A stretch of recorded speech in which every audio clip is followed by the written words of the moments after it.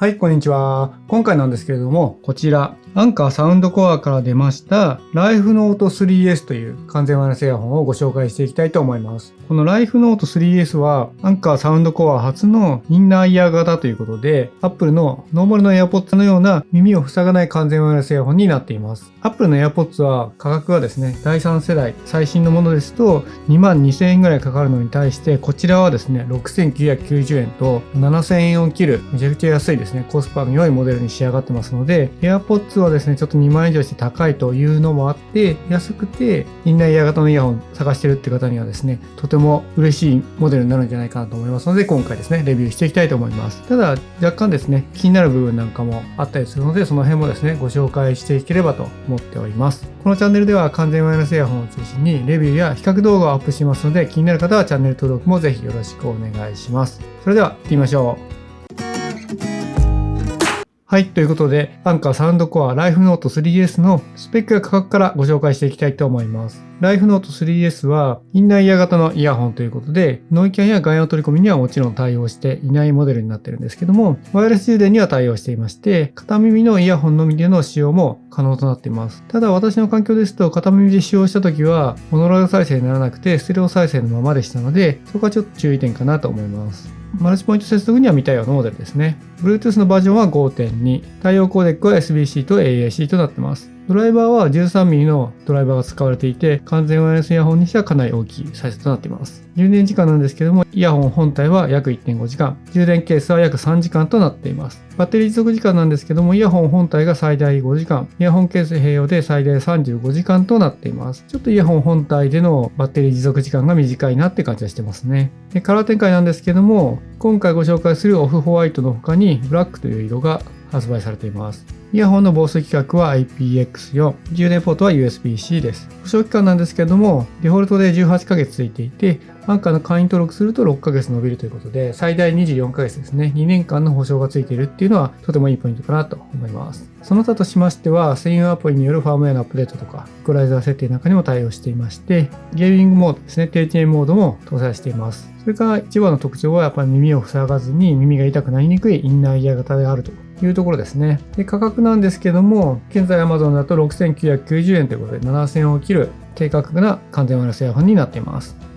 はい、それでは外観やデザインなんかを見ていくんですけども、外観はこんな感じですね。オフホワイトという色で、結構ホワイトというよりかは、肌色みたいな色に近いかなと思います。で、上の面にはですね、このサウンドコアのロゴがついているという形になっていて、ケースもマットな質感で滑りにくいですし、そんなにですね、価格的にはそんなに高いモデルではないですけども、めちゃくちゃ安いですね。プラスチック感があって、明らかにチープだなって感じじゃないので、とてもいいかなと思います。で、前面に行きますと、こちらにですね、インジケーターがついていて、こんな感じでインジケーターは光りますね。で、裏に行くと、こちら USB-C のポートがついています。底面の方からですね、ワイヤレス充電することができますので、ワイヤレス充電器の上に置けば充電が可能です。で、こちらが結構今でもですね、人気がある Life P3 ですね。ノイキャンや外音取り込みも入っている、めちゃくちゃコスパがいいモデルなんですけども、このケースと比較してみるとこんな感じになっていて、Life Note 3S の方がコンパクトな感じになっているかなと思います。こんな感じのサイズ感ですね。で、ちなみにこちら、AirPods の第3世代ですね。こちらと比べるとこんな感じのサイズ感になっていて、上から見た感じだと同じぐらいのサイズ感かなと思うんですけども、この厚め比較してみるとやっぱり AirPods 第3世代の方ですね、コンパクトで小さいなっていう感じがしています。イヤホンケースを開けるとこんな感じになっていて、ケースの中にですね、こちらにリセットボタンがついているという形になっています。で、イヤホンケースとイヤホンのマグネットの強さも確かめていくんですけども、このままですね、振ってみると、強く振ってもイヤホンケースは開く感じではないですね。ケースを開けて振ってしまうと、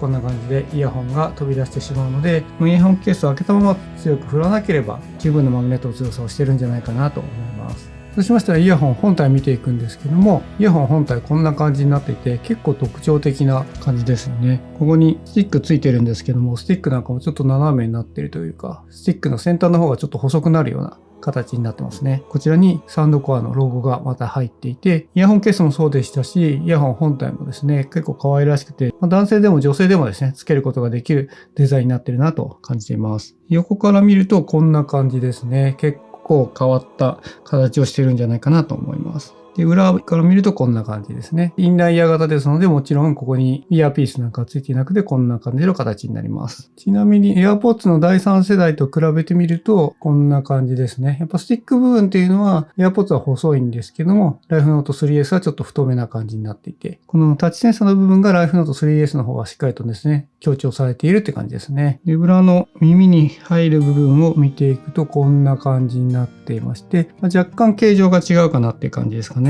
AirPods の第3世代はですね、第3世代になってからちょっと横長になったんですけども、ライフノート 3S はちょっと丸みを帯びているような形になっていて、どちらかといえば AirPods のですね、第1世代とか第2世代に似ている形かなとは思います。結構ですね、先ほども言いましたけども、結構可愛らしい外観やデザインになっていて、耳に入れる部分なんかツルツルしてるんですけども、そんなにですね、チープな感じがしなくて、価格は安くても十分ですね、おしゃれにつけられるデザインになっていると思います。そうしましたら、重量やサイズも測定していくんですけども、まずはイヤホンケースにイヤホンを入れたままの状態の重量となります。59.2g となりました。これは標準的ですかね。50g 台ぐらいが、一般的な完全ワイヤレスイヤホンの重さですので、重たくも軽くもなくというくらいの重さとなっています。イヤホン本体の重さは両耳で 8.6g ということですので、片耳あたり 4.3g ということで、こちらは軽いですね。他の完全ワイヤレスイヤホンだと 5g 台ぐらいが標準ですので、結構軽い完全ワイヤレスイヤホンになっていて、これはですね、ライフノート 3S の売りの一つとなっていますね。そうしましたらサイズなんですけども、サイズも測定していきます。イヤホンケースの縦は 52.7mm となりました。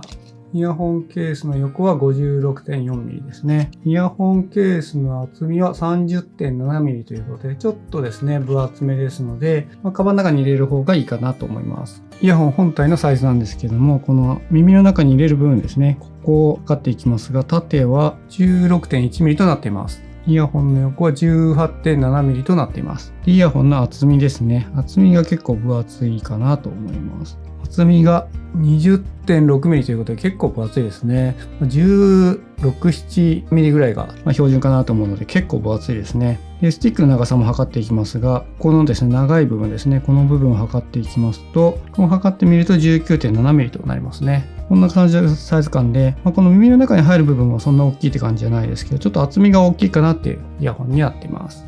で、付属品についても見ていくんですけども、付属品はこんな感じで、まず USB-A to USB-C のケーブルが入ってますね。こちらにはサウンドコアというですね、ロゴが入っていたりしてこだわってるかなって感じがします。そして製品保証やカスタマーサポートの連絡先のシートと、こちら安全上の注意ですかね、冊子が入っています。そしてクイックスタートガイドがですね、こんな感じで入っていて、多国籍言語で書かれてるんですけど、日本語のですね、記載もありますので、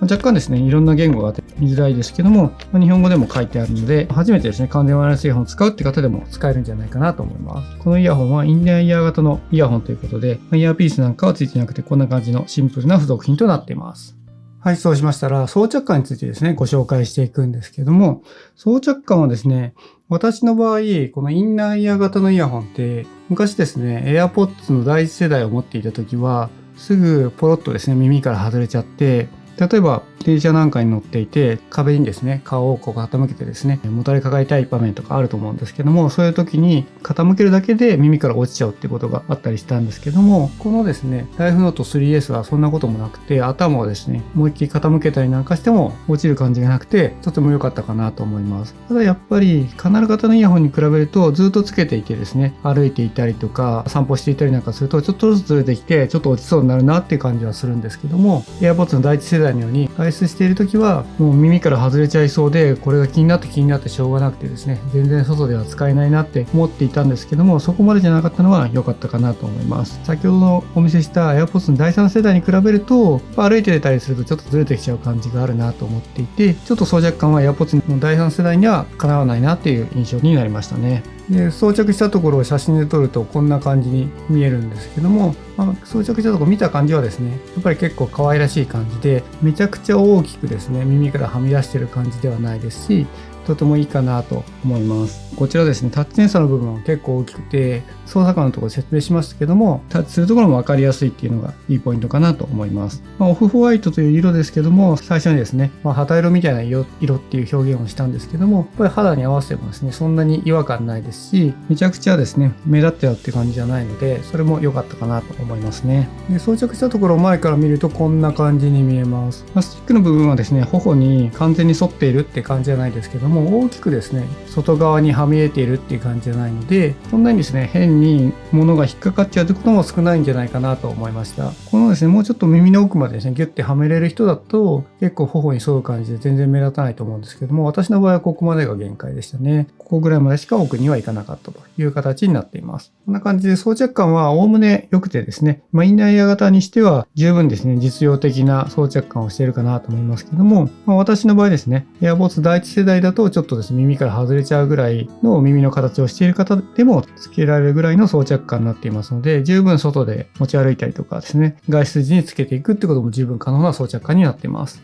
はい、そうしましたらアプリでのカスタマイズ性について見ていくんですけども、アプリはこれまでのアンカーサウンドコアの製品と同じようにサウンドコアアプリでカスタマイズをすることができます。アプリですね、接続するとこんな感じになります。できることをですね、一通り見ていくんですけども、右左のイヤホンのバッテリー残量がわかるのと、イコライザー設定ですね。こちらを設定することができます。で、プリセットはデフォルトからサウンドコアですね。いつもそうですけども、20種類以上のプリセットがこんな感じでたくさんあって、デフォルトからアコースティック、クラシックなんかですね、いろいろめちゃくちゃたくさんのプリセットが用意されています。で、カスタムということで、自分でですね、低音を上げたり下げたり、高音を上げたり下げたりみたいな感じですね。こんな感じのカスタムのイコライザーも作ることができます。あとはこちらですね、ゲーミングモードですね。低遅延モードが搭載されているので、動画を見るときとかゲームをするときなんかにこちらをオンにすると遅延をですね、抑えることができるというものになっています。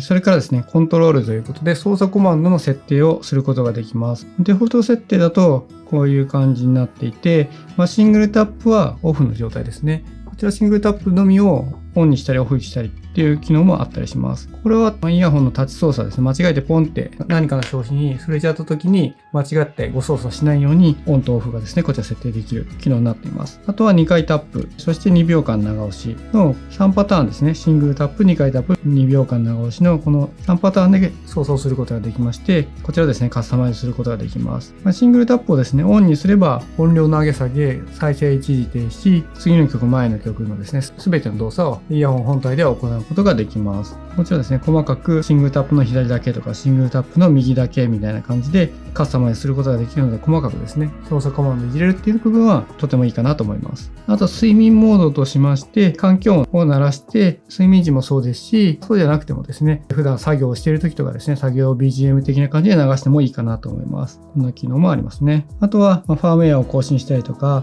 タッチ音ですね、イヤホン操作した時に操作音を鳴らすか鳴らさないかっていうのとか、あとイヤホンを探す機能なんかもあって、音がですね、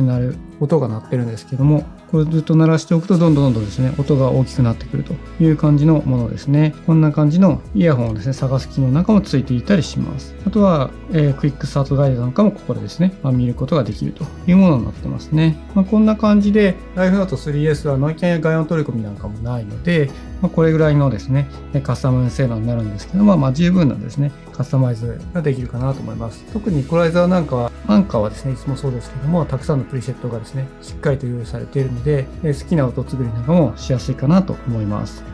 はい、そうしましたら肝心の音質についてご紹介していくんですけども、このですね、ライフノート 3S の一番個人的には気になった点がこの音質ですね。低音がですね、めちゃくちゃ強くて、最初にですね、イヤホンつけて音楽聴いた時にも低音の印象しかないぐらいの感じで低音が強くてですね、これはちょっとどうなのかなって個人的には思いましたね。こちらのですね、ライフ P3 をレビューした時も、これちょっと低音に頼りすぎなんじゃないのかなと言っていたと思うんですけども、それをですね、凌駕するぐらい、こちらはちょっと低音しかないなっていうぐらいのそういうですね、低音に頼り切った音というか、低音めちゃくちゃ強い音になっていましたね。低音がですね、前に出てるっていうよりかは、後ろの方でちゃんと低音鳴ってるんですけども、ドラムも強いんですけども、特にベースの音っていうのがめちゃくちゃ強調されていて、ライブハウスで音楽を聴いてるんだけど、なんかベースの音だけやたら大きくないかなって思うぐらい、なんか低音の音がですね、強かったですね。で、これはちょっとびっくりしたなっていう感じがありましたね。先ほどですね、イコライザーでいろいろいじれるよっていう話をしたんですけども、このイコライザーで、このですね、カスタムで低音だけですね、もう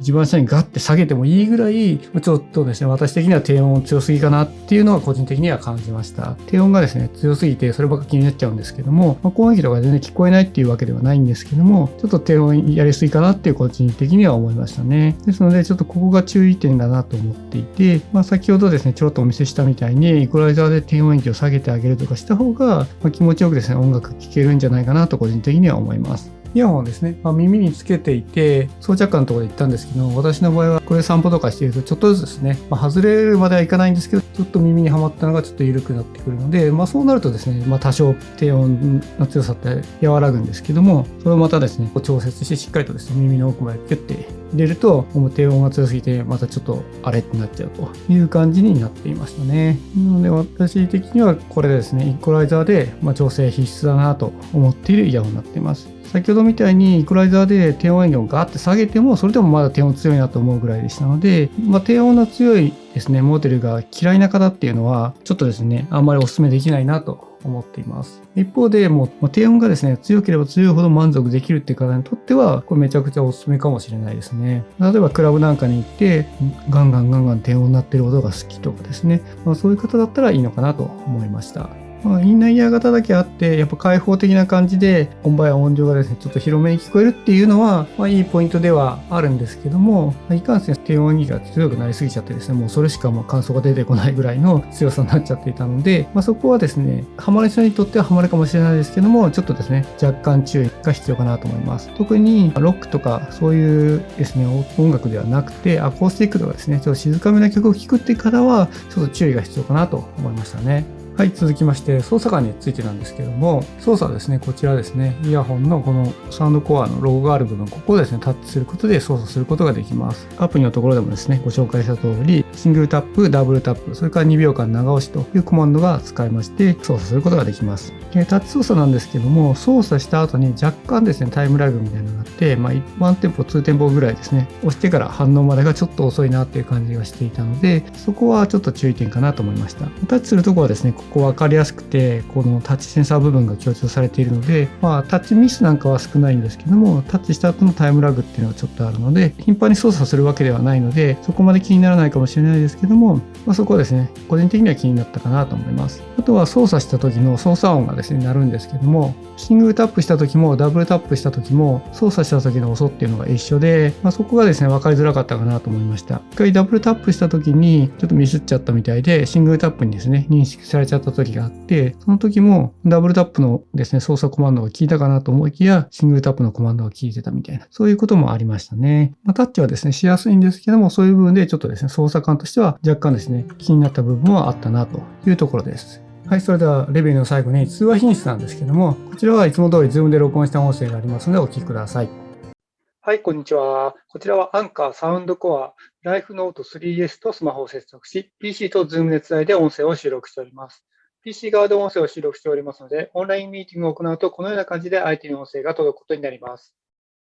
はい、いかがでしたでしょうか。通話品質はですね、綺麗なですね、クリアな音声が相手に届いてるなと思うんですけども、結構文章の最後の方なんかがちょっとですね、シーズ部になっちゃったというか、私の喋り方にもよるんですけども、結構最後の方がですね、ちょっと音がちっちゃくなって、語尾がですね、途切れちゃうみたいな感じに聞こえたんじゃないかなと思います。ライフノート 3S はスティックの長さがですね、他のですね、スティック搭載しているイヤホンに比べるとちょっと短めかなと思っているので、ちょっと口元からこのマイクの位置がですね、遠いのか、割とですね、はっきりと喋らないと音がちょっとちっちゃくなっちゃうっていうのがあるのかなと思いました。通話している時って若干声がですね、大きくなりがちなので、大丈夫かなとも思うんですけども、しっかりとですね、ハキハキと喋ることを意識すると、よりですね、相手とスムーズに会話ができるんじゃないかなと思いましたね。はい、ということで、ここまでですね、アンカーサウンドコアライフノート 3S のレビューを行ってきたんですけども、ここからは気になった部分についてもご紹介していこうと思います。まず気になった部分の一つ目なんですけども、音質の部分でですね、ご紹介した通り、低音域がもう強すぎて、ちょっとですね、個人的にはあんまり好きな音じゃないなっていうのが正直なところでしたね。低音がとにかく好きだと、音楽好きな方でも低音がとにかく鳴ってるのが好きっていう方も結構いらっしゃるので、それがですね、ハマる方もいらっしゃるかもしれないですけども、私なんか特に女性ボーカルの曲とかですね、結構聴いていてですね、シンガーソングライターとか、あとガールズバンドの曲なんかも結構聴いたりするので、そういう方にとってみると、そこまで低音だけでガンガン鳴ってなくてもいいなというのが正直なところですね。海外アーティストのですね、ヘビーメタルなんか聴いてる方とか、パンクを聴いてる方とかですね、そういう方だともしかしたらハマるかもしれないなと思ったんですけども、それにしてもですね、やっぱりいろんなイヤホンを聴いていた中で、ここまでですね、低音がですね、ガンガン鳴ってるというか、特にベースの音なんかが強調されているのってなかなかないなと思っていて、ちょっと違和感があるかなっていうのは個人的な感想でしたね。ですので、使う方はですね、イコライザーありきで調整していただくのをですね、前提に買っていただくという方がいいんじゃないかなと思いましたね。アプリとかで調整するのがめんどくさいっていう方だと、ちょっとですね、買ったけど、ちょっとしんどいなってなるんじゃないかなと思いましたね。続きまして気になった部分なんですけども、イヤホン本体での連続再生時間が最大5時間しかないというところですかね。他のイヤホンですとやっぱり6時間7時間、もっと長いのだと8時間10時間とかですね、あるモデルが多い中で、こちらですね、ハイレゾ相当の音源ですね、LDAC とか対応しているわけではないですし、ノイキャンも搭載していないのにちょっと連続再生時間が短いっていうのはちょっと気になったかなと思います。最大5時間持つということで、通勤とか通学で1時間2時間かけたとしても十分持つバッテリー性能をしていますけども、テレワークでですね、ずっと自宅でですね、イヤホンしていたいとか、職場でイヤホンしていたいっていう方にとってみると、5時間ってちょっと短いよなっていうのが正直ありましたね。持続時間を気にする方は、もうちょっとですね、違うイヤホンですね、選んでいただいた方がいいかなと思います。3つ目のですね、気になった点なんですけども、操作の時に言いましたが、イヤホンをタップした時に、レスポンスがですね、そんな速くないというのがあって、それはちょっとですね、気になったかなと思います。イヤホンでの操作ってそんなにしょっちゅうするもんではないと思うんですけども、例えばですね、2曲3曲飛ばしたいということってですね、ちょこちょこあるかなと思うんですけども、そういう時にちょっとレスポンスが遅いっていうのは、若干ですね、気になる部分ではあるかなと思います。スマホでですね、いつも操作するからその辺をこだわらないって方は全然いいかなと思いますね。で、最後のですね、気になった点なんですけども、私の場合ですと、片耳で使用した時にモノラル再生にならなかったですね。私のスマホはですね、Xiaomi の Mi 11 Lite 5G をですね、使ってやってるんですけども、他のイヤホンだったらもちろんですね、片耳で使用した時にモノラル再生になるんですが、この Life Note 3S だとモノラル再生にならなかったので、そこはですね、注意していただければいいんじゃないかなと思います。これですね、この間のですね、レビュー動画でも言ったんですけども、もしかしたら環境によってですね、片耳になることもあるのかもしれませんが、ちょっとですね、アプリの設定なんかでもそういうとこ見当たりませんし、このイヤホンだったら片耳再生でですね、モノラルになるので、ちょっとですね、このイヤホンだと私の場合はならなかったということで、モノラルで使いたいっていう方は、ご自身のですね、スマホとこいつを使ったレビューとか見ていただいて、モノラル再生になるのかっていうのをですね、見ていただけるといいんじゃないかなと思います。はい。ということで、今回、アンカーサウンドコアから出ました、初めてのですね、インナーイヤー型の完全ワイヤレスイヤホンですね、ライフノート 3S をご紹介してきました。やっぱり私ですね、このイヤホンを使ってですね、印象的なのが、やっぱりその音質ですよね。低音がとにかく強すぎて、私もですね、割と低音鳴ってる方が好きな方ではあったりもするんですけども、低音のアタック感が強くて、キレがあっていいよっていう低音というよりかは、低音に頼りすぎちゃって、ちょっとですね、バランスおかしいんじゃないかなって、個人的には思ったので、そこはですね、注意して買っていただくのがいいかなと思います。Apple のやっぱり AirPods とかとは全然違うですね、音質をしていまして、やっぱ低音が強いのがいいって方はいいと思うんですけども、朝なんかですね、通勤中ですね、ちょっと朝眠たいなと思っているところに、これをですね、使って音楽を聴くとなると、ちょっとびっくりしちゃうというか、朝ちょっと眠たいのでうるさいなと思っちゃうような感じに聞こえちゃうかなっていうのが正直ありました。AirPods がお金がなくて買えないから Life Note 3S で代わりになりますかって聞かれたとしたら、ちょっとですね、代わりとは言いづらいなっていうのがあって、ちょっと特色が違いすぎるなっていうのが正直ありますね。価格差がですね、3倍ぐらいですかね、この2つでありますので、そういう部分ではかなり優位性はあってですね、いいと思うんですけども、そこはですね、注意していただけるといいかなと思います。イコライザーでですね、低音をグッと下げていただけければ、だいぶですね、個人的には聞きやすい音質になるなと思っているので、そこだけですね、注意というか、そういうもんだと思って買っていただくのは十分いいかなと思います。現在の完全ワイヤレスイヤホンだと、カナル型のモデルっていうのが主流で、インナーイヤー型のモデルって結構ですね、貴重ですので、その中で、7000円を切ってですね、安いモデルっていうのは、AirPods の手の届かない方にとってはですね、かなり貴重だと思いますので、今回の動画で参考にしていただいて、注意点を加味した上で買っていただけるといいんじゃないかなと思いました。はい、ということで今回の動画はここまでとなります。最後までご視聴いただきありがとうございました。この動画が良かったなと思ったら、グッドボタンやチャンネル登録もぜひよろしくお願いします。